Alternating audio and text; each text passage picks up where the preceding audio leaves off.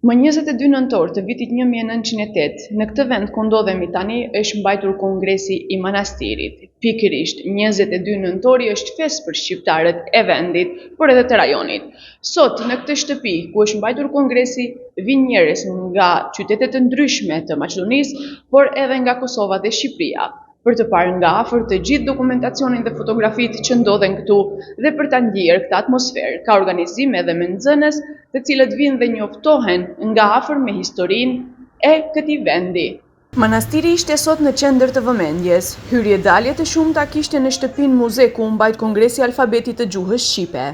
Takuam shumë qytetarë nga Maqedonia e Veriut, Shqipëria, Kosova, por edhe nga diaspora, që kishin ardhur për të vizituar qytetin e konsujve dhe për të parë nga afër shtëpinë ku 117 vjet më parë u vullos alfabeti i gjuhës shqipe. Ne tani jemi duke vizituar por sigurisht që do donim të ishte shumë me pajisur në kuptimin e aktiviteteve të ndryshme që do të ketë, por kjo është në varësi të buxheteve që akordojnë për këtë shtëpi, por është mirë që e kemi edhe është mirë që është e mirë mbajtur edhe duket që është e pasuruar me informacion. Nuk është hera e parë. Është ndoshta gati çdo vit ne e vizitojmë me kolegë të ndryshëm. Kemi ardhur për herë të parë, përndryshe me nxënës kemi qenë edhe hera tjera. Kemi vizituar shtëpinë prej ku lindi alfabeti i gjuhës shqipe, që sot ne udhëheqemi me këtë, shkruajmë dhe lexojmë. Dhe mbajmë edhe kombin tonë ashtu. Brezat e rinj të shqiptarëve nga diaspora, mes moshave 18 dhe 24 vjeç. Kemi një grup prej 30 personash që vinë nga 10 shtete të ndryshme, nga Amerika deri në Australi.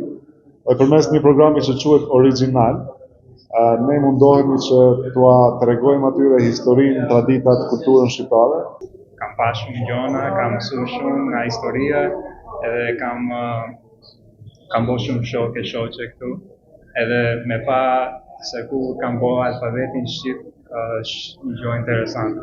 Shtëpia muze u vizitua edhe nga zyrtarë të ndryshëm. Këtu takuam edhe ambasadorin e Shqipërisë në Maqedoninë e Veriut, Denion Mejdani, i cili apeloi që të gjithë duhet të kujdesen për këtë shtëpi, e cila ka një vlerë të madhe për popullin shqiptar. Mendoj që gjithë bashkërisht duhet kujdesemi më shumë.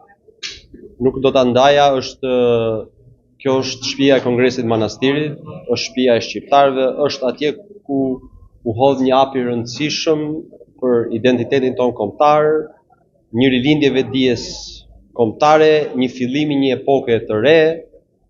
Sapo e thash atje lart që është hera e parë ku akoma nuk ishim një shtet të mirëfillt dhe shqiptarët zgjodhen Evropën. Dita e alfabetit u shënua me aktivitete të ndryshme gjatë këtyre 2 ditëve, ndërsa shënimi mbyllet sonte me ngjarjen qendrore në Pallatin e Kulturës në Manastir, ku marrin pjesë personalitete të ndryshme publike, përfshirë kryeministrin e Kosovës, përfaqësues të familjes Jashari nga Prekazi, kryetari i bashkësisë Hore Arbreshve, përfaqësues të institucioneve vendore, diplomat dhe personalitete nga fusha e kulturës dhe arsimit.